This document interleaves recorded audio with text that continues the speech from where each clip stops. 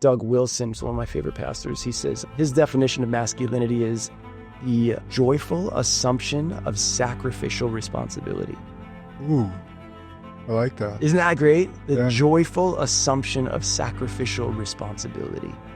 So right, you're assuming the role of sacrificial responsibility. It's to sacrifice, right? It's to my strength, whether it's physical or mental or spiritual, is to be offered sacrificially for the benefit of those around me, right? And I'm not going to shirk from that. I'm not going to pretend, I'm not anybody important. I will step into that God-given strength, but it's not for me to be like, I'm awesome, check me out. I think it's okay for us to feel fear sometimes. We talked about fear a couple minutes ago. Yeah. Anybody listening, like, you're going to feel it. You're a human. Jesus felt fear. But you don't act on that. If you talk to anybody who served in war, like, hey, did you ever feel afraid? Yeah. But going back to that biblical command, fear not. You're not going to act in fear. You're going to feel it, but you're going to choose courage anyway. You're in a firefight. Yeah, you're probably the enemy's shooting at you to kill you. You're going to feel fear. I've talked to enough warriors and soldiers who've actually been in life and death situations. They feel fear in that moment, but they don't act on that fear. Even in a fight, if you weren't a soldier, if you don't have fear, there's something wrong with you. Right. Yeah. You're not respecting the nature of the toe-to-toe combat.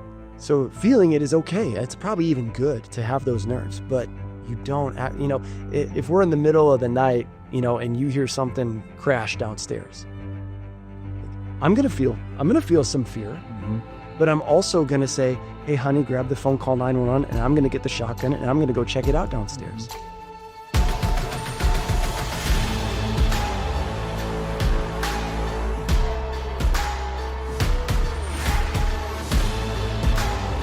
This is Sparta! Welcome back to Spartan Leadership. I'm your host, Josh Kosnick, and this is the podcast for leadership, inspiration, and impact.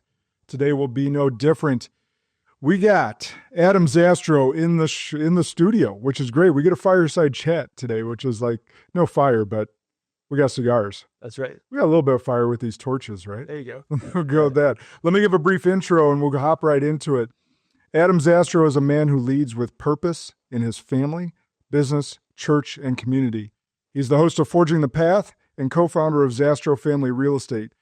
Today, we're going to dive into his journey, the challenges facing men today, and what it truly means to step up as a leader. So with that being said, let's get into it. And obviously, Remington wants to be a part of the podcast. So yeah, Remington. Remy, lay down. Dog. Yeah, she needs a bath and a brush, but she's not going to lick you. She just wants attention. I don't mind at all. Love dogs. So, I'm honored to be here. Thank you. Very welcome. So you drove in from Milwaukee to have some conversation with me today. Let's start with your upbringing. What values got instilled in you early on? And I had a classic all-American upbringing. My dad, Milwaukee guy. I grew up in Wisconsin, and my dad's a carpenter. So, every weekend outside helping him change oil or going to jobs with him, usually messing stuff up. He's very, very great. I didn't follow in his trade, needless to say. He's a Finnish carpenter and he's a master at that. But I cannot think of a harder worker than my dad. My parents got divorced, but they were great parents. Marriage didn't work, but they were there for me and my brothers. And every summer was like riding bikes, climbing trees, scraping knees. It was great. Yeah. And then playing sports in high school. I had the best coaches, football, track, playing lots of pickup games of basketball, stuff like that. Where'd you go to high school? I went to Mukwonago. Okay, yeah. When I was little, my parents moved us out into the suburbs. Yeah. They just wanted us to have more space. You know Maddie Collins? Maddie Collins? I don't think so. I graduated in 01. Oh, he's a little bit older. He was 98 like me. Okay. So, well, it's cool. Yeah. So the sports, what got instilled in you in the sports? As your dad, a hard work, right? So that's one of the values. Hard work, yeah. Just anytime he had a moment to rest, he'd find something else to do in the yard of the house or pick up odd jobs, helping people out. Sports was discipline and honestly, violence. Is that a value? Can we say that's a value? It should be. Here's the thing. When I had a temper growing up, and I was the oldest of 3 boys, and I would get in fist fights. My parents had to take me out of a school when I was in like 6th grade because I was the littlest kid in class, so I did not win most of those fights. Didn't matter. Something in me that was like, I'd rather go down swinging and get a busted lip or nose or whatever than not swing and not fight. So my dad wisely put up a heavy bag in our basement. And whenever he could see me getting on the edge, losing my patience, losing my temper, he'd be like, Adam, 20 minutes, heavy bag. Like, oh, I'm fine. He's like, no, go do it. And he would listen upstairs and if I stopped swinging, he'd be like, 20 minutes aren't up, buddy. What's going on? Like, I need to see the swinging. And it just wore me out into a flop sweat. But I think something clicked for me. Like, I need to exert myself physically or just mentally, psychologically. I'm not healthy. And maybe that's a special case, but I don't think so. I think a lot of guys actually are so much healthier mentally and physically when they exert themselves and do a flop sweat. Maybe it's not punching a heavy bag. And maybe it's not violence, but aggression. And because you'd rather be a warrior in a garden than a gardener in a war. Amen. And so having that ability to be violent should be something that all men should have the ability to do. And it's when you see a UFC fighter or a former special operator or a Marine for that matter, they have the ability to really mess you up, but they reserve and are some of the most peaceful people walking the planet when they're out in society. 1,000%. Yeah, and I'm actually a little sad that I've talked to guys who they didn't get in fist fights growing up. Like, I think that's part of really never, not even once. Like, never. I think that is actually a really healthy thing. It's boys being boys. Yeah. And I know you can't even say that in some politically correct circles nowadays. But man, I realized, okay, I need to play football. That's what I realized in high school. Yeah. And again, smallest kid, I'm not all state athlete or anything like that, but something about knocking other people around and getting knocked around, it felt good. And the camaraderie that developed even in high school sports, like contact sports like football, you became really tight. Those became your brothers. Mm-hmm. I mean, you were in the weight room together. We did Oklahoma tackling drills back before they banned those. And you developed a deep Those were so bond. great, so brutal. Those are the best though. I love that. I And know. I'm not saying that as like a guy who I won most of them. It was really fun. It was really healthy. Yeah. So later on that led to like, I'm going to join a boxing gym. I'm going to do some kickboxing. Again, never competed, but really seeing the value in maybe what you said is better than violence is aggression. Yeah. Just heavy competition. Well, I think where we've gotten to as a society too is part of the problem, and they throw around toxic masculinity all the time, is first of all, masculinity in and of itself is not toxic. Not at all. And secondly, because we're not able to punch each other in the face anymore when someone says something messed up to you, that's a problem. So these guys that never got in fights before, or go on and be internet tough guys and bully people into mental depression, like if that was said face to face, there's a risk of you getting punched in the mouth. That's right. And that's what you and I had growing up that actually, I think, fostered respect more for each other and women and all around, because, hey, if you say something messed up, there's a risk that you're going to get knocked on your ass. Yeah. Nowadays, there isn't that risk because someone's parent's going to come in and sue you. Right. Well, your kid said something messed up. And they keep doing that, it's going to lead to depression or bullying or suicide. Whereas if someone could have just punched them in the mouth, it could have ended it right there. I have so many friends, childhood, and some of them I'm even friends with now today. We got in fights all the time, and it was almost like you roll your sleeves up, throw a few punches, and then you go hang out some more. Okay, you good? I'm good. All right, cool. We got it off our chest. And nowadays it'd be like, let's go have a beer now. We'd break each other's nose and let's go have a beer. Settled, done. And I think there's something redeemable about that. Not that that's like this should happen all the time. Right.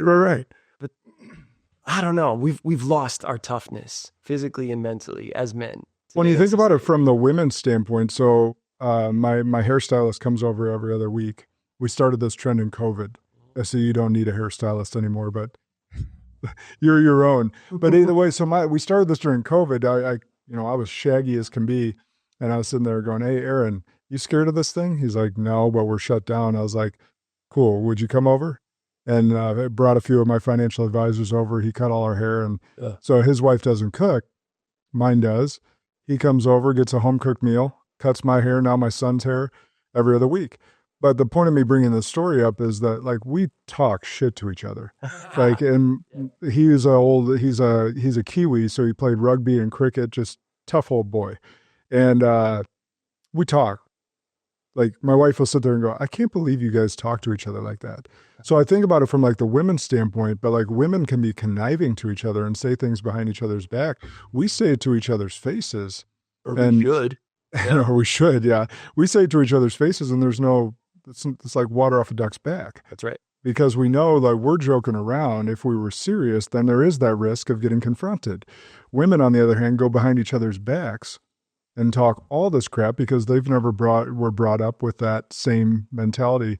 So it's just interesting to listen to my wife. Like she was like, "Josh, that was mean." I was like, he laughed. Like, and he'll say something back to me. That's right. And then you dish it back. Yeah. Right. Yeah. There's something about the masculine soul that's almost one of the main ways we show affection. You get together with a good group of buddies over cigars and you're going to razz each other, but there's a lot of men out there today that can't do that anymore. Yeah, I already razzed you about your haircut and you're good. Hell yeah. I mean, it's funny. Like you laugh it off, you dish it back a little bit. And I don't know. And why do we have higher levels of anxiety and depression, specifically among young men today, than ever before in our history? I think part of the reason is we didn't grow up like these men didn't grow up like you and I did. Well, there isn't that mental toughness anymore. You're right. And then actually we could go even further. You brought up history. When do you become a man in America? There's no initiation. There's no ritual. Right. Right. So you go to another country where they do have rituals and they ask you, hey, like you go to Africa or something like that, or we could take it back to, the Spartan days.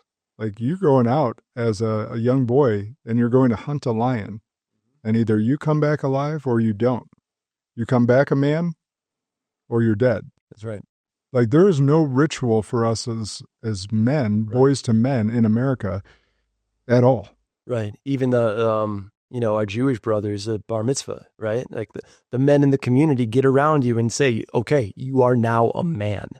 And they give you that initiation and that blessing. But we don't know how to do that today. Yeah. And that's a problem. I know some of my buddies who were really into hunting. That was a time for them. I got my first buck, and my dad was, here's the knife. You field dress it and you haul it out of the woods. And that's like, you're a man now. Your dad and your uncles are there like, nice job, buddy. You did it. What age was that for you? Not for me, for my friends who hunted. I did not hunt growing up. I took on that skill later, thanks to my wife's family. But that's awesome. Yeah. No, and that's a good skill. It's a great skill to be able to be a provider in this context nowadays, to be able to hunt, to be able to field dress, to be able to be strong enough to carry that animal back to your family. Yeah. I'm fortunate to have this land here and I don't have to carry it too far. But it's a skill. And my 7-year-old son came with me on opening weekend, fell asleep both times. But then we saw some doe and he's like, Dad, you gonna shoot one? I said, we're waiting for a buck, bud. Nice. And was able to have a conversation about land management, herd management. And I was like, towards the end of the week, if we don't see a buck that we want, one of the worst things is going to a meat processor and seeing a young buck shot there. It's like, what are you doing? Like, let the thing grow up. There's plenty of doe out there. Yeah. Like let the buck grow. Yeah. But it's great to have those conversations with your boys and really talk about what it is to provide. Yeah, absolutely. Yeah, my middle daughter has gotten into hunting with a crossbow the last couple of seasons. Oh, that's awesome. And seeing her develop that skill, crossbows are awesome. And seeing her get in there, holding the heart, and this is cool. So, and she's even said, like, I'm not going to marry a man who is uncomfortable with this. I like that, a girl. Yeah. I hope he's better than you at hunting, and I hope you can do it with him together and it doesn't gross him out, and there's a skill that you both have and can enjoy together. That's What awesome. what great bonding time would that be with a future partner? Like Right? golf, you have 4 hours if your spouse chooses to golf with you or not. For real. Hunting, you'd have multiple hours, weekends away, whatever it may be, to really bond with your spouse. That'd be awesome. My wife does not hunt, has no interest. That's fine too. And it's totally cool. But like, I was just thinking about that for your daughter. Is like, if she stays with that and she marries someone that is cool with that, that's great bonding time. Mm-hmm. For sure. So let's go back to the leadership piece of it. Like, has there been a season in your life where you felt totally unqualified to lead, but you stepped up anyhow? Yeah. Yeah, pretty much every season that I'm being called to lead. I think something that was pivotal in my life was maybe 13 years ago. I was on staff at a small church outside of Milwaukee, and the lead pastor there, he's also a businessman, one of the most insecure leaders I've ever seen in my life. He knew how to put a deal together, and he actually was a decent preacher, but man, he could not handle anyone else in that congregation having a certain amount of favor. So ego was heavily involved. Oh man, unbelievable. I've never seen it so bad. And so I'm playing music, I'm working with the youth. He had me preach a couple times, and not even 2 years into it, he calls me and my wife into an elder meeting, and all the elders are yes men. And he gets childcare for the kids in the next room. And he starts the meeting with this. Okay, we're going to talk about Adam's exit from this church. This is his last week. I'm totally caught off guard. I laughed too. I'm like, haha, good one. Yeah, that's funny. Wait, what? You guys are serious? What the hell? Like, what are you talking about? And he labeled me a heretic, whatever. He had some lame excuses. People in the church were calling me for the next couple months. Like, he's saying you don't believe in Jesus. He's saying you don't think the Bible's real. I'm like, are you kidding me? Like, those are foundational truths. I will to my dying day. Everyone needs Jesus. I don't care who you are. And the Bible is the word of God. Like, done deal. I will never, ever, ever stop proclaiming those things as loudly as possible. His problem is insecurity. He didn't like the fact that I was having some measure of influence there. And so seeing that and seeing it dissolve the way it did, and just being kicked out of what I thought was like, God, I thought this was my calling. What are we doing here? Had a couple rough weeks afterward, needless to say, but I came to a point where the Lord spoke really clear to me. And he said this, you need to pray for that man every day, forgive him, pray blessing over his life and his family and his health and all that. And I'll take care of the rest. I'll heal you. You'll be fine. And that was leadership 101 for me in that moment, that valley, because all I wanted to do with everything in me was curse him. Mm-hmm. And I did mentally in that place for a couple weeks. And Jesus just confronted me. One of those moments in your life where not audible, but pretty dang close to like, I've been spoken to, I've been addressed, and I have a choice. I can either obey what the Holy Spirit's saying, or I can continue in a worldly way, like screw him. And so I took it to heart. I remember driving the kids past that church building for years, and our tradition was we all hold up a hand, like, Lord, bless them. That's our brothers. That's our sisters. We love them and bless them. And we're not going to be bitter or offended at all. And that was an exercise of like, the first few months of doing that felt so hard, contrived, forced. God, why would I ever do this? Something shifted along the way where it became almost a joy, an overflow. The bitterness faded, the offense faded. And I got to a point where I'm like, I hope I bump into this guy somewhere.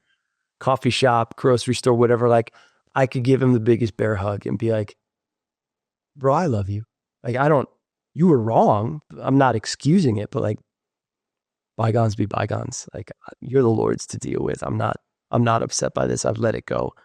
And so it's funny, even in what I would say was an example of really bad, weak leadership, pathetic, that hurt for a moment. Like, I had to embrace and exercise in a prayer practice that taught me a lot about what actual good, healthy leadership, strong leadership would look like, and how I could move on with some sense of healing into what the Lord was really calling me to. So that was probably one of the toughest seasons of my life, like mentally, where I had to forgive someone who was just an atrocious leader at the time. Yeah.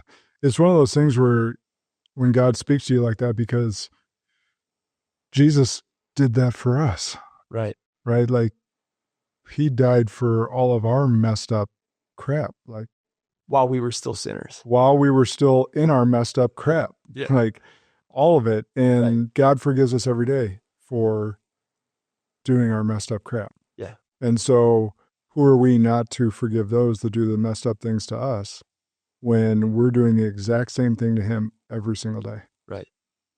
And that's where finding that empathy for others that hurt us is really powerful. But that's going back to the word and understanding like, oh yeah, I've done this, this, this, and this, and this as a slap in the face to someone that's given me everything. Yep. And he still forgives me. That's right. And he still loves me. Yeah. Yeah. Amen. So that was a season of my life where I probably had in just a few months, I matured quite a bit because I said yes to what was a very difficult process of forgiving somebody. And I know that now I'm a better husband, father, realtor, leader, whatever, because of that season of life saying yes to that. Like, okay, cool. I'll forgive him, Lord, like you forgave me. Yeah. So how do you lead then because of that? Because I believe every leader, every person can teach us something, even if it's a shitty one. Yeah. Yeah. How do I lead? I think I've learned, I was just talking with my pastor about this the other day. People who are easily offended are not people I'm looking to do a lot of life with. I've learned that I want to lock arms with people who, it's just almost impossible to offend them. They don't get bitter. And we had some people in our church recently who are not very good at that. They're still, after 2 years, holding on to a ton of offense, a ton of bitterness, because the elders said no to some of the things they requested and they just left in a huff. And they're still trying to pull people from our church. I'm talking to our pastor like, man, I cannot believe how easily they are angered and offended and bitter about it. And they're still bringing, it's like, haven't you moved on? Aren't you at a different church right now? Like, isn't Jesus like Lord for all of us? Like, can we just move forward? No, they're still scratching up the old wound, not letting it heal, not choosing forgiveness. And so I talked to Kevin, like, let's really pour into the people in our church and in our sphere who seem to be really hard to be offended, who don't have that ounce of bitterness. And those are the ones we double down on, and we look potential leadership right there. Like, that's a deacon, elder type candidate. Like, that's the people we want to raise up into places of influence. Leadership 101. You're looking for the people who are like, I'm not here to prove anything to anybody. Yeah. I'm not upset when someone insults me. I can dish it back a little bit. I'm not gonna, what some of these guys we spoke of them like, man, these are weak men. Be careful. And they heard that and they're like, how dare you call us weak men? And they're raising a hissy fit. And I'm like, this is like schoolgirl stuff. Yeah. If someone calls you a sissy on the playground, what's one way to prove them right?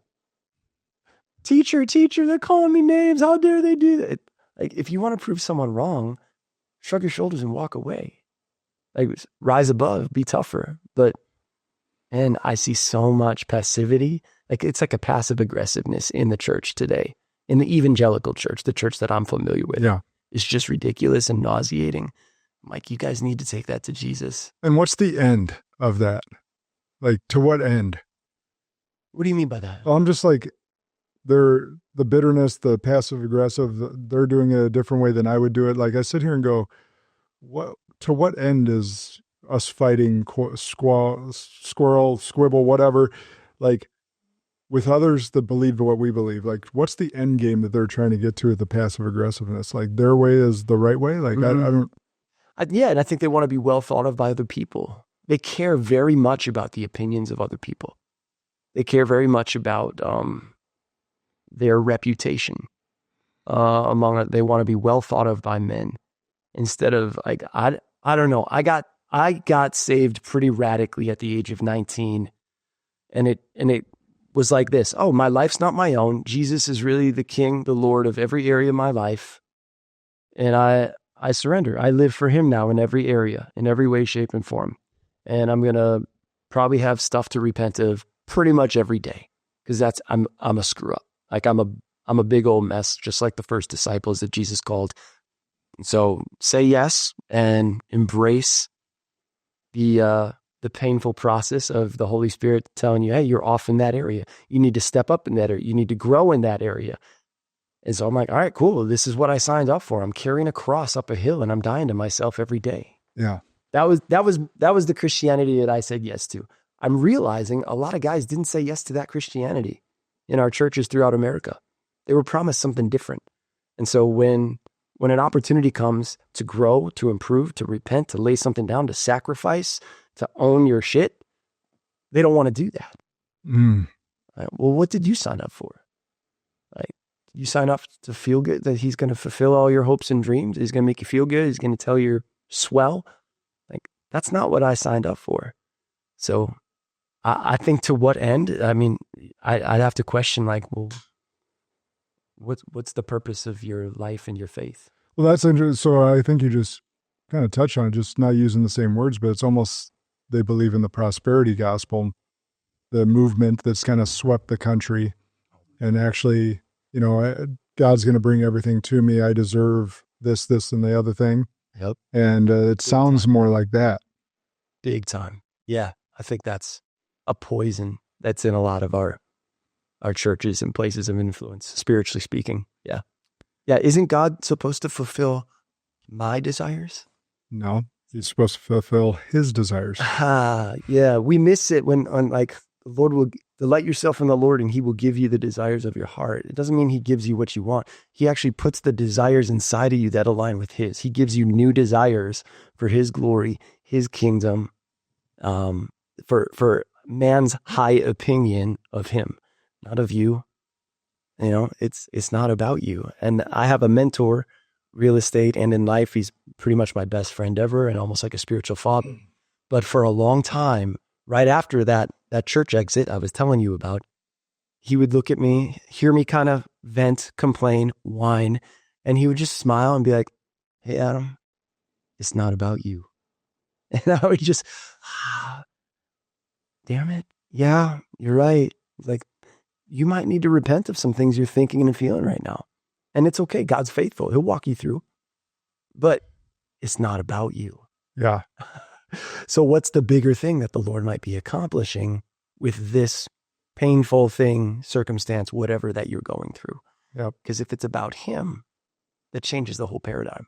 Yeah. You mentioned earlier, how beautiful this property is, and everyone comes out here, and I'm the steward of this property. It's God's property. Yeah. So I call it a little slice of heaven because it's God's.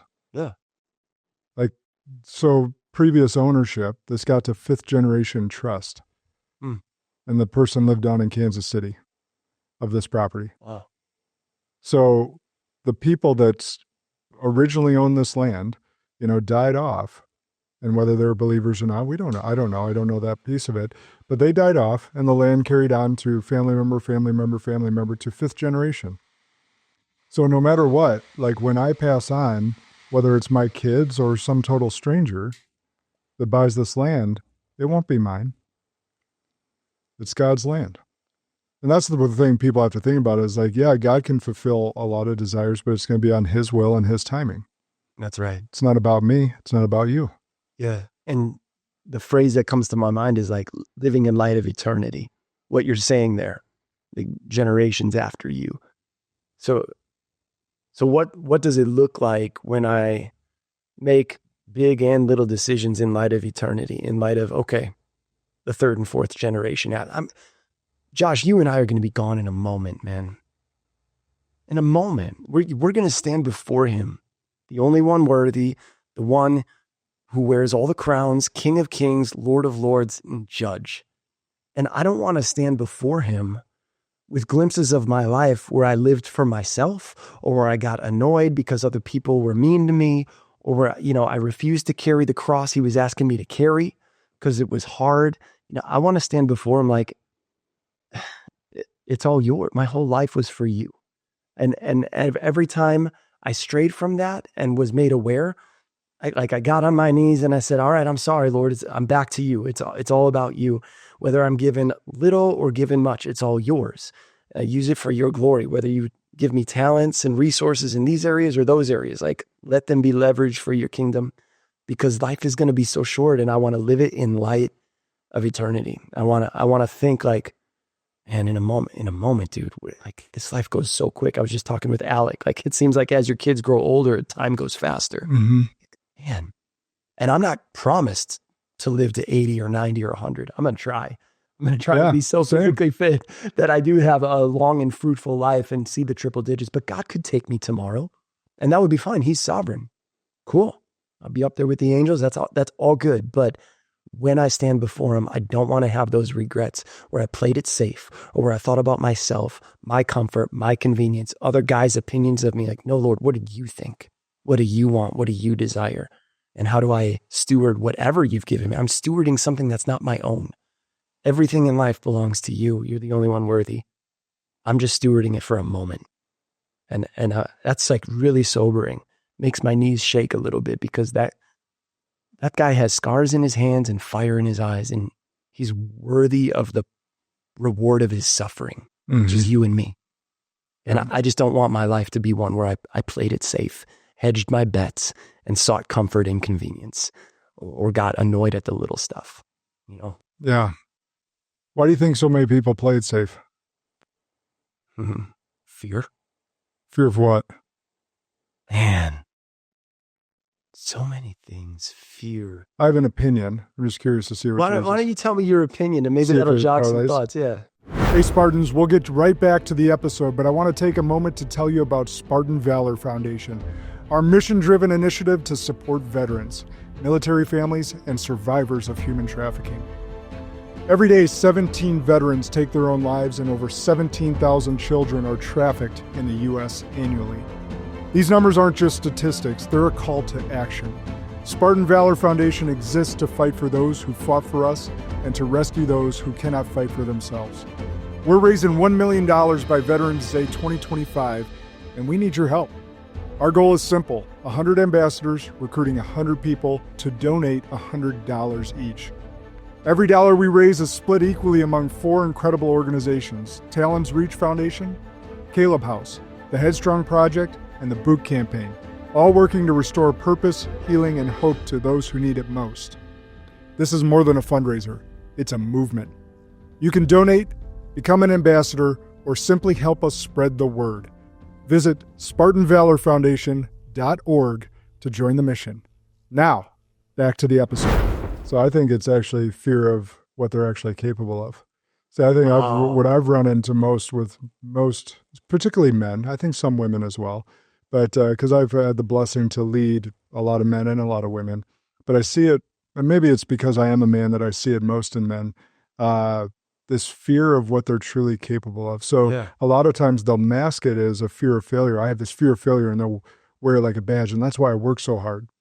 But really, they're truly scared of what they're capable of, and actually don't have a vision that's bigger, don't lean in bigger, don't trust God bigger, and they reserve something to play it safe just in case they were to fail.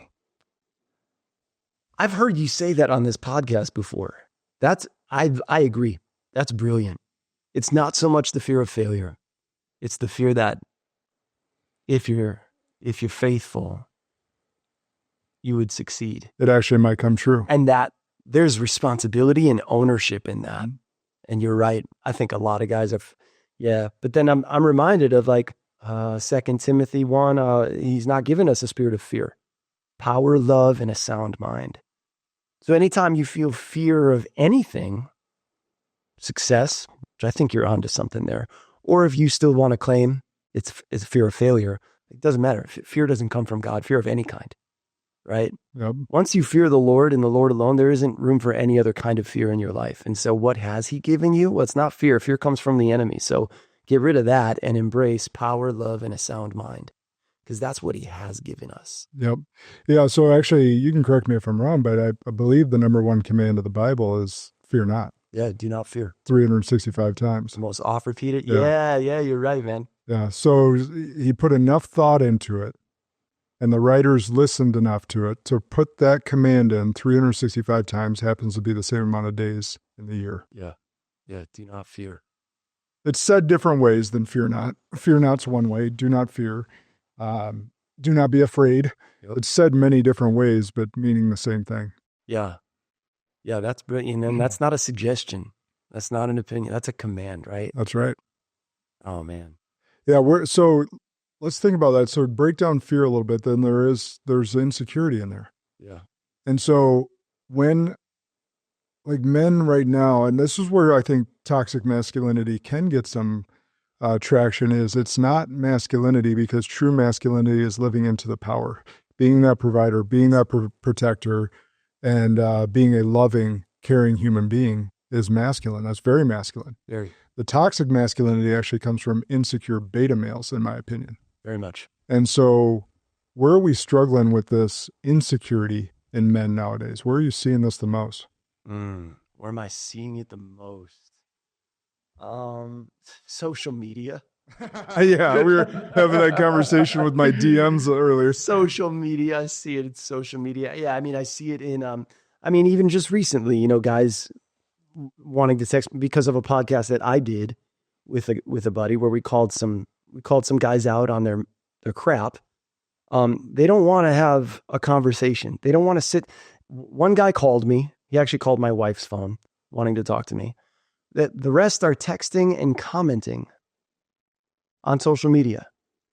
And every single one of them that I could reply to, I'm like, if you'd like to sit down for a coffee or a beer, let me know.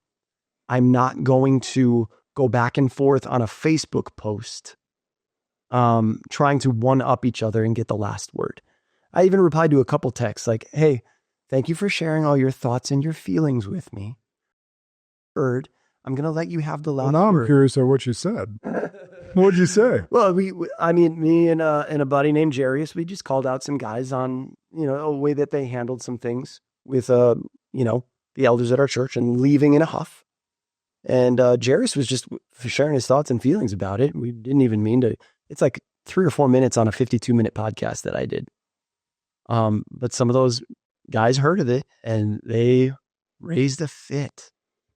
And so they came hard at us on social media, in texts, Facebook message. I'm like, dude, keyboard tough guys, huh? You want I told you, I'm like, what would be cool is if we could just find a boxing gym, put on the gloves, punch each other for a couple hours, and then go grab a beer. I bet we would walk out of that situation way more respectful of one another. It'd probably be good for some of those guys. I sense that none of them have actually gotten in a fight ever in their life. But I'm like, this would probably be healthy for all of us. And I'm not even saying like, I'm going to kick your ass. I'm just saying like, let's just... this is how Fight Club was started, right? One of my best movie of the 90s. I love. And do you know that scene where their homework was to go start a fight? Yeah. And how hard it was to get other guys to engage in that? Yeah. That's so true of masculinity today. But you see other side. You see, jujitsu's taken off like crazy, has been for the last 10, 15 years. So that's good.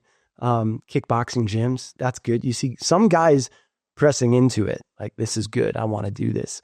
But I think a vast majority of guys would rather be keyboard warriors, whine and piss and moan and complain, and call me and my buddy Jerry's unfit for leadership, not filled with the Holy Spirit, using all sorts of religious, whatever. Like, okay, like, do we just need to go find a gym and punch each other and then grab a beer? Like, I bet we would all be happier and more at peace. It's so funny to me. I do not claim to be perfect. I told him, like, yeah, I don't even know if we said everything we said perfectly, but I'd be happy to, if these guys would have handled themselves a little bit differently, I would have been happy to say, hey, let's get you on the podcast in a couple months. You can tell your side of the story. Mm-hmm. God, I have no agenda here except to empower men to become who God created them to be. That's my mission of the podcast that I do. And, and these guys just could not handle the fact that somebody thought they were, in a moment with certain decisions they were making, weak-minded. Did you even call them out by name or just the group? No names. No church name. So you could have not even been talking about them, but they took it as that. Some of them we weren't even talking about. we weren't even, they were like, well, and we're like, actually, we were talking about some guys who left a couple months before you. It wasn't even you. Well, but since you brought this up, we know them. So, and we think you're wrong. Okay, great, cool. You think I'm wrong. That's awesome. It's America. You can have an opinion. I love freedom. You can have freedom to think I'm wrong all day, every day. So regarding your platform, what does it mean to be a man? Because so many men are lost nowadays. So many men are overworked, not having that clear line of purpose, and coming home and not being able to be the fathers and husbands that they're meant to be. What is it? I think of a key verse for me whenever I'm asked that question is in 1 Corinthians 16. Paul's writing specifically to the men in that little section, and he says, what does he say now? He says, be watchful, stand firm in the faith, act like men, be strong, let everything that you do be done in love. Like, I love that. That's like a really great for the masculine soul today. So I think what it means, you've hinted at some of it, be watchful. I think there's a presider in every man made in God's image. You would just be vigilant, on guard, be watchful. There's a kingly pillar there. It's like, step up. Mm-hmm. We're made in God's image to tend the garden, so to speak. It's funny how Adam was made out in the wild and then brought into the garden to tend and take care of it. Eve was made inside of the garden. So right there, it speaks to like both men and women made in God's image, but reflecting his nature differently. And that's why we're still called to the frontiers, to build a business, we're called to the mountains, we're called to the sea, we're called to explore space. We have this wild, rugged, rough and tumble nature about us as men. And it's kingly to be wanting to be watchful over something, to preside, to protect. That's another, I would say every man has, this desire, this call given by God to preside, to protect. There's a strength given to us physically, but I would argue also spiritually. Mm-hmm. And that strength is to be used in a sacrificial way. I think Doug Wilson, one of my favorite pastors, he says his definition of masculinity is the joyful assumption of sacrificial responsibility. Ooh. I like that. Isn't that great? The joyful assumption of sacrificial responsibility. So you're assuming the role of sacrificial responsibility. And it's to sacrifice, right? It's to, like, my strength, whether it's physical or mental or spiritual, is to be offered sacrificially for the benefit of those around me, right? And I'm not going to shirk from that. I'm not going to pretend, I'm not anybody important. I will step into that God-given strength, but it's not for me to be like, I'm awesome. Check me out. Mm-hmm. I'm the best. Hell yeah. It's for the benefit. It's raising up others. Being strong and courageous, like play the man.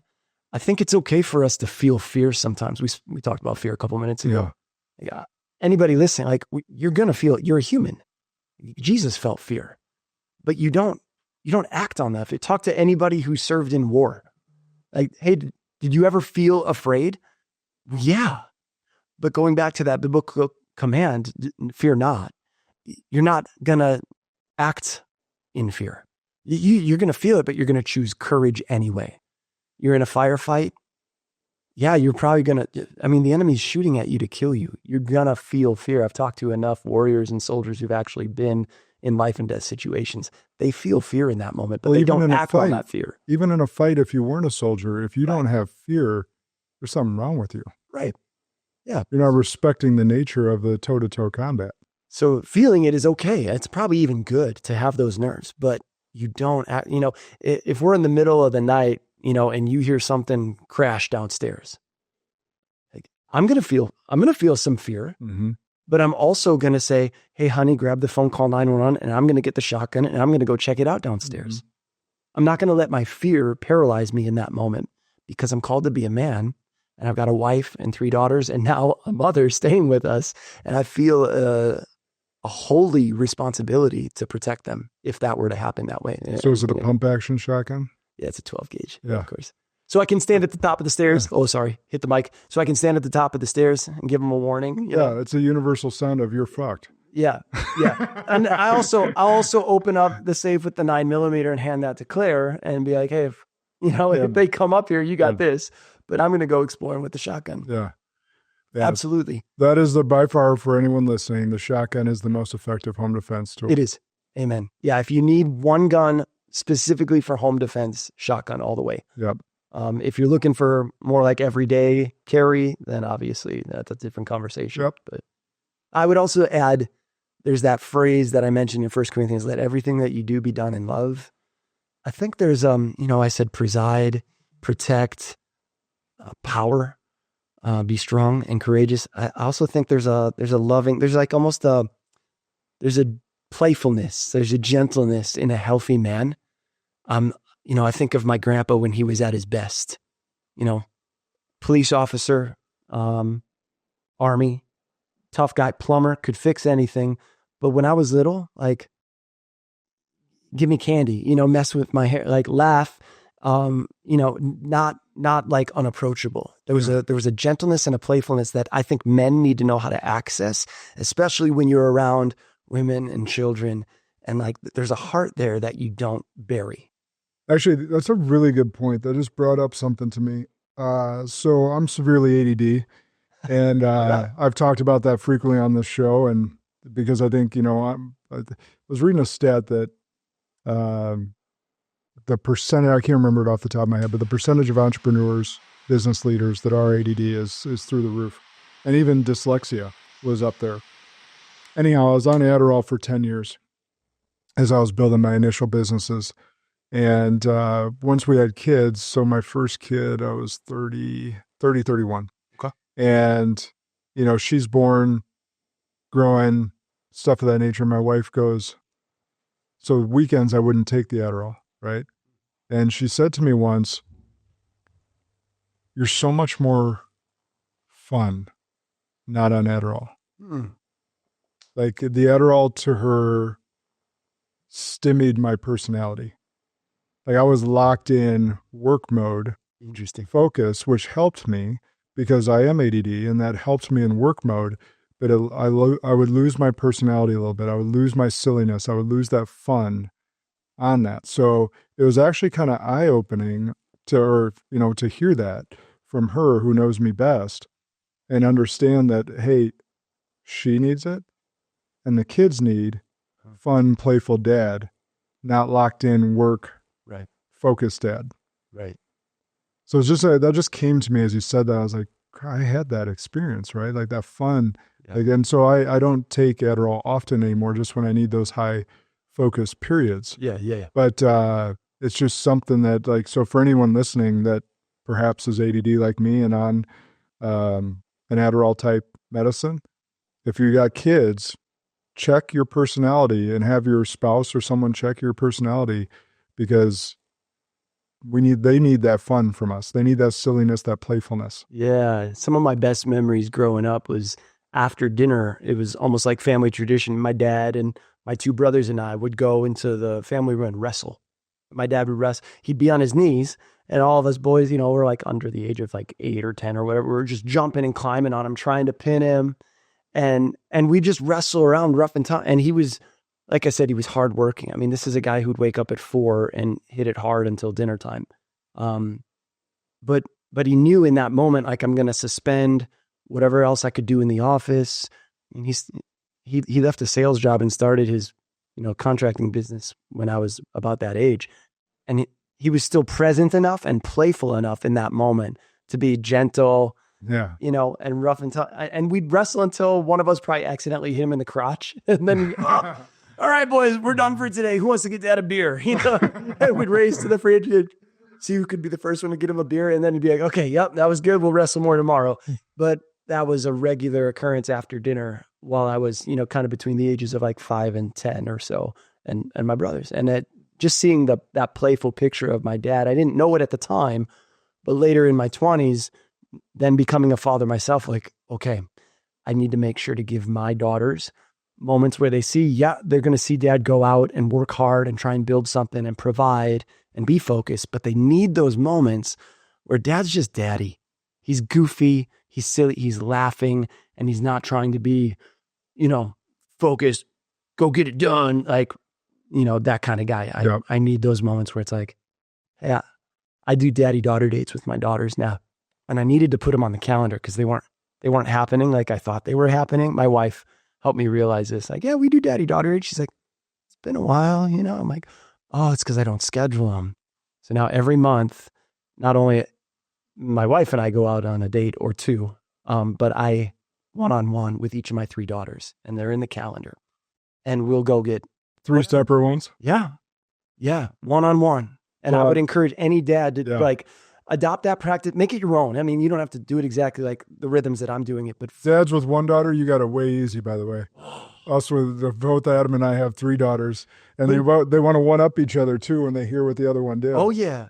But it's so worth it though. Oh yeah. It's you awesome. Get them alone in that moment over coffee, ice cream, food, or they want to go shopping, or sometimes the daughter's like, we want to go to Fletcher, the gun range by us. We're going to go to Fletcher's. I'm like, heck yeah, I'll get the 1 and 2 out of the safe.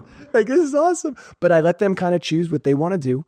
And then we go hang out, we have a good time, but then we all also have some time for conversation. Sometimes it's just a walk in the park. You don't have to spend money on a daddy-daughter date. Dads, just do it. And well, that's going to be hard as they grow. Let me tell you that. So actually, I don't know if you've had this experience. So, tomorrow night, first of all, like this conversation, I get to do the daddy-daughter dance at our school, which is awesome. It's a highlight of the year for me. But my last daddy-daughter date was my third daughter, and she set me up, dude. She's got a great dance buddy, one of her best friends. Yeah. They plotted this. So I'm kind of friends with her dad, and they plotted this. She goes, Dad, can we go to Chick-fil-A and Dave & Buster's? I'm like, yeah, sure, sweetie. We'll go Saturday. So I get to Chick-fil-A. We're sitting down, and then all of a sudden Ruby walks in, and then all of a sudden her dad walks in. I was like, did you plan this? And it turned into a double date. How old is she? She's 9. Oh man, she's a genius. Yeah. No. Maybe an evil genius. I don't know. But either way, I was like, and they're all giggle boxes over there. And Jordan's like, did you know about this? I was like, no, I thought we were going on a date. He's like, me too. Ruby never asked me to go on a date. That's awesome. So it was good. That all right, awesome. Let's switch gears to brotherhood, because I know that, Forging the Path, that emphasizes the band of brothers. Yeah. Why is that so critical for men? Because isolation will kill us. Isolation is a weapon used by the enemy, and it's a lie, by the way, but no man is an island, but we have that temptation, that propensity to the John Wayne nature. I'll just do it myself. I don't need help. First of all, the first time in all of creation, God said something wasn't good was when man was alone. Secondly, I think the way we try and go about doing it is really important. I get so tired of men's ministry church groups that try and get men together in a coffee shop or in a church basement, circle the chairs and talk about our feelings. That has never worked in history. That's never been how men bond. Women bond that way. And so they've taken women's ministry tactics and brought them into men's ministry. You know how men bond? It's almost always, one of 2 things. We bond best when we have a common enemy that we need to face. It's shoulder to shoulder. All right, we need to fight this. Our ancestors probably in ancient Germania fighting off the Mongols or whatever, right? Okay, stand shoulder. This is do or die time. But that forges a brotherhood. The other time is when we need to build something together, whether it's a business or, a couple centuries ago, raise a barn. The whole community of men came out. Women would cook and provide the food, and the men work all day helping, whoever, Mr. Smith down the street, raise his barn. And guess what? Next month, we're going to go help the other guy do his. And you the Amish do it still to this day. They're down in North Carolina. Jebediah and all the boys are down in North Carolina building houses faster than FEMA could do anything. That's right. So I wonder if sometimes we try to build brotherhood just for the sake of getting guys to talk about their feelings, like brotherhood for the sake of brotherhood. And I would say maybe it's brotherhood for the sake of the battle. Or to build something. The fact that we are in a great spiritual cosmic battle between good and evil is a reality. We're born into it. This side of heaven, it's a battleground, not a playground. And a lot of guys need to wake up to the fact that you have an enemy prowling around like a roaring lion. Like if you had a real lion, Josh, prowling around your house every day, the way you go about living would probably look a little different, right? Mm-hmm. Well, we have a spiritual enemy that does that. And so guys who don't act like the priest of their house, that's a huge critique. Like, why aren't you up first before your family, on your knees, Bible open, because you have a real enemy. He hates you. He hates your marriage. He hates your kids. He does not want them to know the Lord. He does not want them to walk in the values that Christianity has given us. And he will do everything he can to steal, kill, and destroy. That's his only mission. And all he really has is fear and lies. I mean, those are his only weapons. Yeah. But he will use them every chance he gets. And if that's true, if you're a man of faith, like you believe that, why are you not acting accordingly as a personal discipline, but then also as a communal discipline? Like, why do you not have at least a handful of brothers in your life that help you fight that battle? That's so powerful. And I think maybe if you even can't get to the point where you believe that for yourself, but you know it for others, then you know that you need to support others. Then you can get to the point where I need them for me too. Yeah. That's a good point. It's one of those things that could be a stepping stone, but the brotherhood is so important because we are so lonely. Like, look, society doesn't give a shit about us men. No. Like, point blank. No, by and large. Right? You're right. Like, think about how men are dogged on, even the toxic masculinity thing we brought up. Like, they do not give a shit about us, especially if you're a white, straight male. Like, they don't give a shit. So, where are we going to get our support from? That's right. And if it's not other men, we're not going to get it anywhere else. Yeah, you're 1,000% right. I mean, they really upped the ante, society, against healthy masculinity. I would say, within our lifetime. Look at all the sitcom dads in the 90s. Tell me which one of them was a good example of masculinity. None of them. Homer Simpson, Al Bundy, it doesn't matter. They're all dopes. And that was like the gimmick of the show. Look at that loser. Like, the wife really runs the household. He's just lucky to be along for the ride. Thank God he has her. Like, he's a failure at so many different things. And it was kind of like the funny part of the show in the movies. Oh, now it's really up the ante because now society's trying to get us confused about which gender we are. Actually, the only ones I can think of were the black shows. Think about Family Matters. Think about Fresh Prince of Bel-Air. There's a good one. Yeah. Strong. Uncle Phil. Yeah, Uncle Phil, like strong. Yep. Like Uncle Phil was a judge. And he was empathetic and strong. Yeah. And held the line. Well, I stand corrected then. But you're right on the white guy shows. Oh yeah. I don't remember any. Yeah. And now you got like Peter Griffin and they're still doing it. They're all kind of beta males, or even was it Modern Family? Yeah. Yeah, Modern Family. You're right. Hilarious show, but Phil on that show is a dweeb, a goof. Yep. He's hilarious, but he's a goof. And they're effeminate a lot of times, or they're just outright gay. It's just funny. So like, where is the great role model of a strong leader who's at the same time humble and sacrificial? Like, really, really rare, almost impossible to find. And it's because society doesn't want that, by and large, or at least there's certain powerful people in society that don't want that. Yeah. So I'm kind of a contrarian. So I'm like, all right, well, then we got to make sure that happens for us, since they're going to propagandize us into thinking that we all should be weak beta males. That's right. And so I'm proud of the group that I have. We call ourselves Warriors for Christ, and that's our entrepreneurial nationwide Bible study.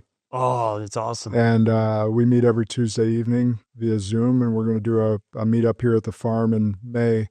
But all guys, we have our WhatsApp chat, and someone yesterday is being vulnerable about something they're struggling with, and we all rally behind them. And you got to have those people to lean on. Yeah. Because this life's too hard to fight it alone. And your spouse will definitely be there for you, but she can't understand the battles that you face as a man internally, just like you can't understand the battles that she faces as a woman internally. That's right. And my wife, for one, has said to me many times, like, I love when you can get away, especially in a house of all women. I love when you can get away. You have a male dog at least? I do. All right. A Belgian Malinois. Yeah. He's kind of a like a big doofus sometimes, but he's playful. He's high energy, super smart, but he can't sit still. And anyway, he's a good dog, Bo. But she loves when I can get out of the house. My wife loves when I can get out of the house and go be with a band of brothers, whether it's in the woods doing, hunting, hiking stuff, whatever, or it's just grabbing cigars and beer with some guys catching up, men's Bible study early in the morning, whatever. She knows I come back refreshed. She knows I come back a different man, a better man. And she's the first person to encourage me. I can't give that to you. And I know that. Go and take as long as you need. And when you come back, we're all going to be blessed for it. And I think some wives have a hard time with that. Yeah. And so there's a communication piece there, though. It's letting your wife know what you need. So I'll take it back to COVID. It was June of 2020. I'm running a financial company. I got 250 people. I'm managing their psychology at the end of the night. Like all day long, I'm in meetings, running the organization from a computer screen. And then at night, I'm playing part-time therapist till about 9 at night. And so we're 3 months into COVID. It's right before my birthday. I'm a June baby.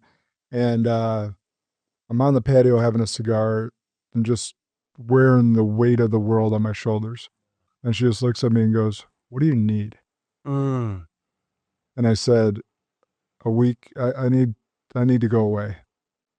And at first she was offended that it didn't involve her or the kids, because I think she was expecting me to say like time with the kids or time with her or whatever it may be. But when I explained that, I said that the reason I need to go away was because I needed to not be needed. Yeah. Because not only was my family needing me, 250 people were needing me to keep a calm and level head through a storm. That's right. And so I went away for a weekend with my brothers and a couple of my best friends up to my family's lake house. And I came back a different human being. Oh, man. Like, but just having that explanation, right? At first she's offended. Then I can explain it and say, look, I need to not be needed by anyone right now, at least just for a weekend. And I in my heart of hearts didn't know if it was going to work either. I just I was at my breaking point and needed to go away. Yeah. And I came back a changed human and was ready to hit the ground running again. That's awesome, Josh. Props to your wife. I mean, isn't it funny how healthy femininity it arouses masculinity at its best, and healthy masculinity protects and honors femininity. The nature of how God designed the whole thing is beautiful. And sometimes realize, what do you need in this moment might not be time with me. Yeah. Right. That's or what I want. Right. Or what I want. Yeah. My preference, that's awesome. What a great story. Yeah. It just came up for me as yours. I probably shared it before, but it was a really powerful experience, and it's been a lesson ever since. And there's got to be times that I look at her and pay that same favor back. That's the key, guys. That is the key. Right? Like if she's stressed out from running 4 kids around and, taking care of and being the homemaker, and, there was a period through COVID, she got her master's in nutrition. Like, we got to pay attention to that too and be like, hey, what do you need? Yep. Yeah. Maybe it is to take off a little bit early and pick up the kids so she can get something else done, or go to the gym or whatever it may be. Yeah. Yeah. I love that. Yeah. 1,000%. And I'm not saying I'm perfect at that, guys. I'm not trying to claim that. I'm saying that because if my wife listened to that and be like, you don't ask me that enough. You're right. I probably don't. Right. Well, none of the examples or stories that I've shared are claiming perfection either. This is all, it's so important to be able to respond in the moment when the Lord opens your eyes to a way you could grow and get better. Right. I'm not bothered by any guy. I'm actually impressed and really proud of any friend who might come to me and be like, hey, I've been slacking in my health and fitness, Adam. Will you help me? Will you hold me accountable? Hey, Adam, I've been slacking in my work ethic, or I've been slacking in my prayer and scripture life has been dismal lately. I need some accountability. I'm not going to, what the hell's wrong with you, man? You need to stop. I'm going to be like, dude, thank you. Like, thank you for having the awareness. Like, and we all need it. We all need it. So like, I'm going to be the same way. I'm going to be really watchful, like walk circumspectly. Like, where are my weak spots? Where are my blinders up? And God, bring other guys alongside me that can hold me accountable, that will help me rise up and grow. That's admirable. So that helps us be vulnerable with each other. Yep. I don't need you to be perfect. I need you to be honest. I need you to be real. And that's the thing with some of the PAMs, the passive aggressive males, is like they don't want to admit, oh, maybe I could grow too. Oh, maybe I've got some issues and I could step up and I need some accountability. Will you help me? Will you hold me accountable? Man, we need that. So brotherhood has to have that component to it. Yeah, authentic vulnerability and being, like you said, open and honest and real. Yeah. And it takes the trust there, right? For sure. But it only takes one to start it. Right. And so you got to decide as a man, are you going to be man enough to open that communication with your brothers? Because they may just be waiting for you to open that door. Like that's the thing. It takes one to start it. Yeah. And you'll see the domino effect. Like if you were willing to be open with me, oh, that means I can be open with you. Yep. That's a brave thing. Yeah. We've probably both been part of coaching groups or men's groups where one guy actually kind of steps into the light a little bit and all the other guys are like, bro, thank you. By the way, it kind of reminds me, I got some of my own shit that I need you guys to help me with, Or that's exactly what I've been dealing with. Let's talk about that. Right. Because that's what the proverb means. Iron sharpens iron. Like, have you ever sharpened your knives? Like, it's not a pretty process. Like, being sharpened doesn't always feel good. Like, it's grating, sparks fly. You get uncomfortable, but it doesn't say iron comforts iron. No. Iron coddles iron. Iron gets together with other iron and they have coffee and just tell each other, you're doing great, man. Mimosas. Come on, knock it off. Yeah, mimosa. Iron sharpens iron. And so you got to get the sparks flying a little bit. And all it takes is one guy to just be a little bit vulnerable. Like, all right, guys, I need some sharpening in this area. Yeah, 100. Let's bring it home with some more leadership. For a man that might be listening today and feels stuck, what do you think the first thing to step into his leadership or his power would be, in your opinion? I would say, well, we already touched on being honest. I would just ask, like, are you willing to get radical? I mean, are you willing to do whatever it takes? Jordan Peterson, love his stuff on ownership, responsibility, personal. Like, start with your own life. Where are some areas where you need to be honest and step up? And in doing so, I would just ask you, like, are you willing to get radical? I know a lot of guys who've talked to me. You and I are pretty fit. We take our health seriously. Hey, I wanna kind of be like you. I'm like, okay, cool. Here's what I do. Like, I do 2 workouts every day. Mm-hmm. And each of them has to be short and fairly high intense because I don't got the time. I don't go to a gym. I don't have a gym membership. I work out in my backyard, or I go on a run with my dog, or, from my kids' treehouse, I hung a pull-up bar. I put on a 20-pound vest, and my neighbors have said to me, oh, you're that weird guy who works out in his backyard. Like, I'm just willing to be radical because I want to be able to play with my future grandkids. And so when guys come to me and say, like, hey, I'd love to lose 20 pounds, I want to ask them, look them in the eye, but are you willing to pay the cost to lose 20 pounds? Mm-hmm. Have you pre-negotiated with yourself right. what it's going to take? Yeah, because this is what it takes now, you might not have to do 2 workouts a day, but you'd have to do 1. And by the way, you probably have to change your diet. Like, I do a 75 hard at least once a year. Mm-hmm. Like, are you willing to do something along that? Tell me about how much, are you drinking soda? Like, I don't touch that stuff. Even a beer for me is like a treat a couple times a year. This is just, are you willing to get radical? Guys talking to us about, like, maybe porn. Porn is a huge, deep, dark secret sin. Like, yeah, I'm struggling with porn. I want to ask them, are you really struggling? Because struggle implies like you're wrestling with, I don't like this. Or are you just giving into it, feeling a little guilty a few days later and want to get it off your chest and make me, you want me to make you feel better. Oh, it's okay, brother. Grace abounds. Jesus will forgive you. Are you struggling? Because if you're struggling, you want to wrestle against it. You want to fight to overcome it. And you might be willing to get really radical. If the temptation goes super deep, are you willing to put blockers on your phone, your computer? Are you willing to go to a flip phone? You can get a dumb phone, yeah. Like, what are you willing to do Jesus said, cut off your right arm if it's causing you to sin. Like, are you willing to get radical? So many guys want to grow in certain areas, or they claim they want to, but they don't want to pay the price. They don't want to get radical. And so I always start with that question. Like, are you willing to pay the price? There's a cost, no man goes into war without assessing, do I got the troops to do this thing first? Like, so I would ask guys that question. That's a great answer. That's a great answer. We're going to look weird compared to the world.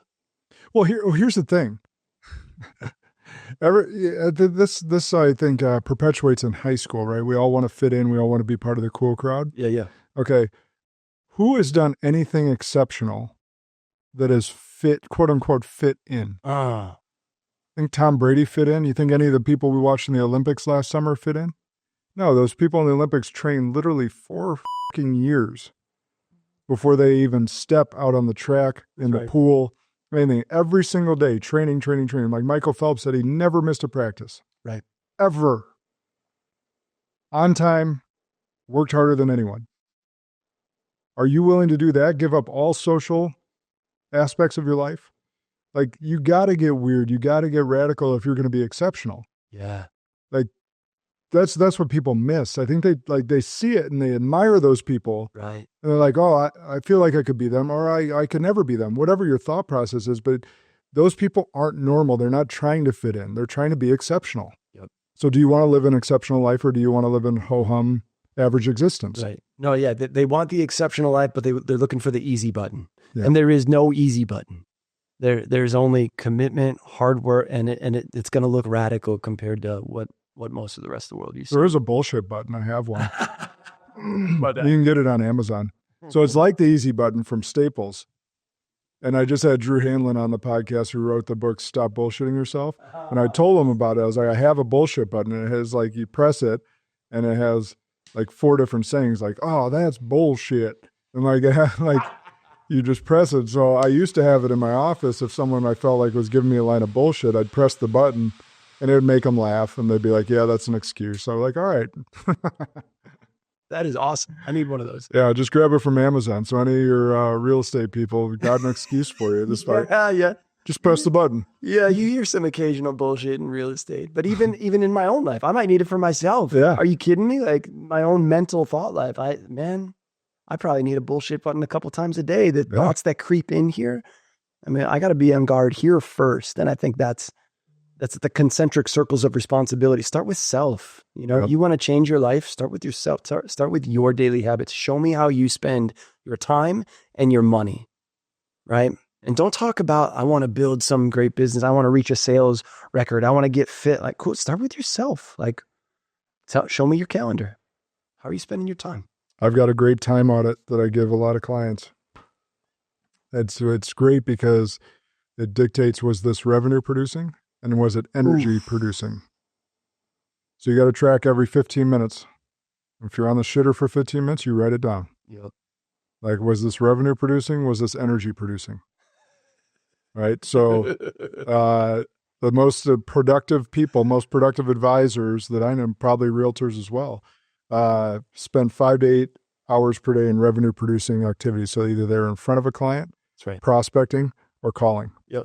Those are the only 3 things that are revenue producing. Yeah. What if you're on the shitter and you're texting clients? That's between you and you. Most people are on the shitter scrolling social media. Yeah, that's right. So that's my. Yeah. Like, you come out there a half hour later, like, how'd it go in there? Well,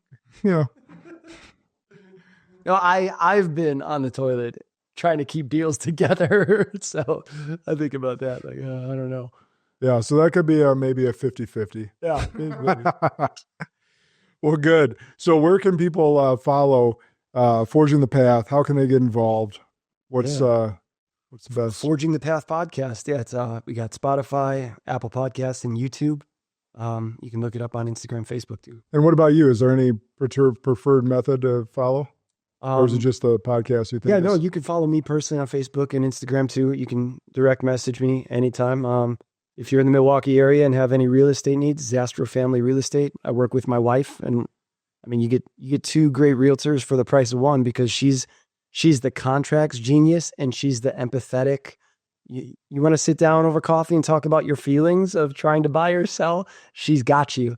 If you need someone to play some hardball with another agent that's just not giving an inch, like I got you, and I can go in there and do my thing. So we work really well together as a team too. So that's awesome. I think a lot of people say not to get in business with family, but oh man, we love it. Yeah, I've been in business with both my dad and my brother, my wife. Like, there's challenges. Like, I always say that all family business is dysfunctional at some level, but like, why not do business with your family? Like, frankly, like Jerry Jones was on Landman recently, and he's always been known to, he wanted to build a business in oil and with the Cowboys, that he built a business that he could work with his sons.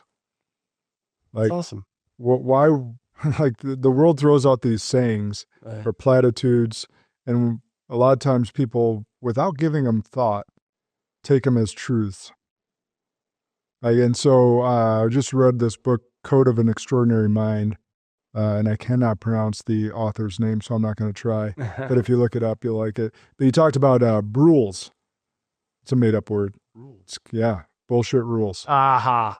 Nice. Yeah, so it's how he says, like, generations pass down these rules, societal rules that we take as truths, but aren't necessarily truth. Wow. What's that book called again? Code of an Extraordinary Mind. Code of an Extraordinary Mind. It's a really good read.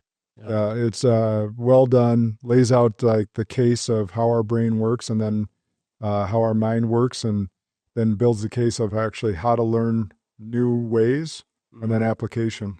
Mm-hmm. So, yeah, rules, bullshit rules that we tend to believe that aren't actually true. Yeah. Yeah. That's amazing. Just generationally passed down. Well, I think for my wife and I, we've learned just like, there's just times, and now we can do it like non-verbally. There's times where it's like, you know what, and I'm thinking this, and I can tell it to her with just a glance, babe. This is an opportunity for you to step up, because your gifts and your voice are a little more needed in this conversation when we're sitting down with another couple who's interviewing agents to sell their house or whatever. I'm like, okay, they're asking questions that lean a little bit more toward the emotive. I want to know that you're going to take care of us. I want to know that you're going to listen to us and that we're heard. Other times it's like, I want to know that we're going to get the most amount of money with the least amount of stress. I want to know that this is going to be quick. It's going to be done. We got decision makers in place, and I can, step up in that. And she'll give me a glance, be like, okay, this is you. This is a little bit more like, okay, I'm up. Got it. All right. Great question, sir. Let me give you a couple different answers and options. So we've learned to just make space for each other, whether it's in business or you're just even in the home. Like, all right, I want to honor each other. There's a culture of honor that in our post-modernity we've lost. That word was more frequently used a few generations ago, honor.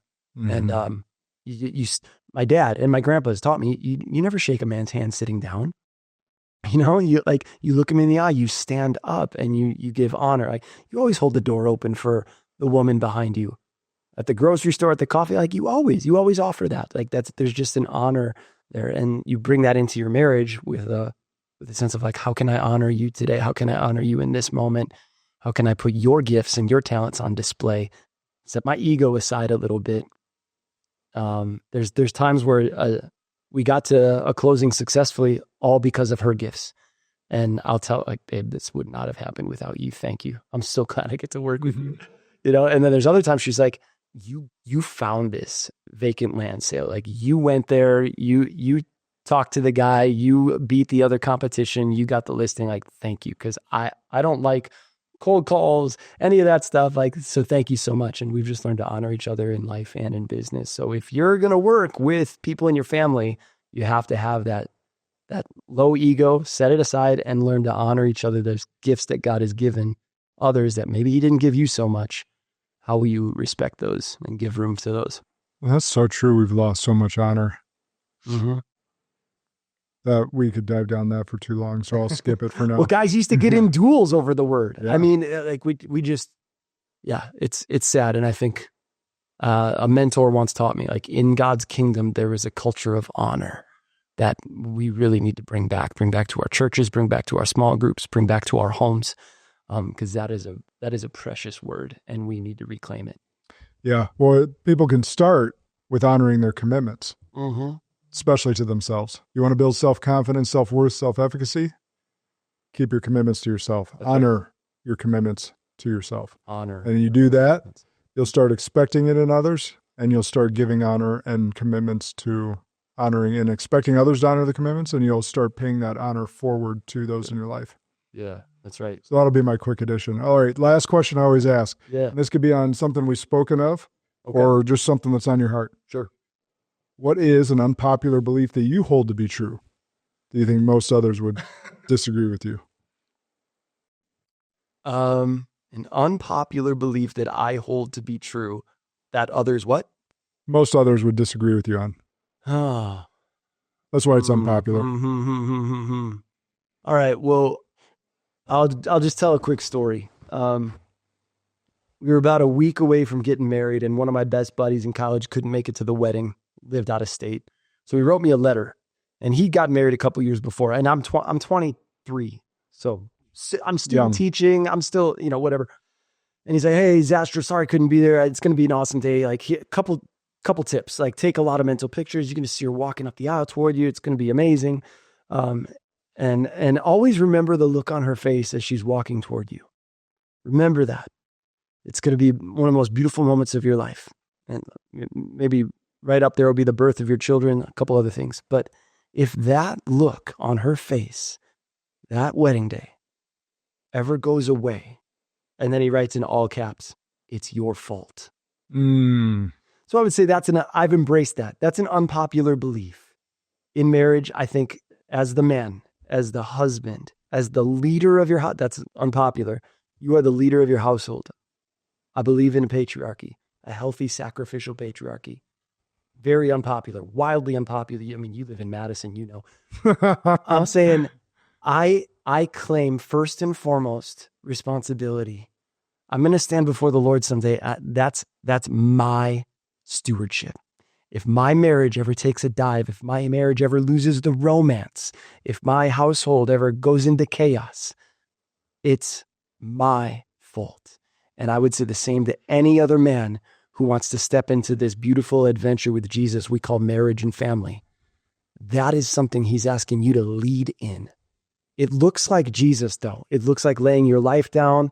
It looks like setting aside your preferences. That kind of strength is given to others. And I know it takes two. I've heard divorce stories where it's not, you both messed up. But as the man in my household, I will never, ever say, well, she didn't do this. She didn't do that.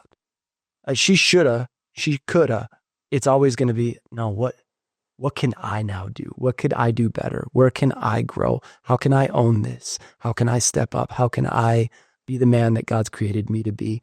Because that all caps phrase on that note that I think have in my files somewhere from my buddy just a week before I got married. It's your fault. If that look on her face ever goes away, it's your fault. We talk about men stepping up and being leaders. Like, be a leader there. Be a leader in repentance. Be a leader in sacrifice. Be a leader in strength. Be a leader in all sorts of different areas. But that's something that I take very seriously. So what a wise friend. That's and really a kind friend, a good friend for even taking the time to mail that letter. Yeah, for real. I'm still talking about it now, like 20 years later almost. Yeah. So that's awesome. Well, this has been a great conversation, dude. Thanks for coming out. Yeah, Josh, thanks for having me, man. Bless you and all the work that you're doing. I know it's influencing countless guys. I love it. I appreciate it. So Spartans, you know what to do. Make sure you're sharing this episode far and wide. Give Adam a follow. Make sure you leave any comments on anything you found most insightful today. I know our guests really would appreciate that. And remember, the good and greater the enemies of possible. Lead like a Spartan today.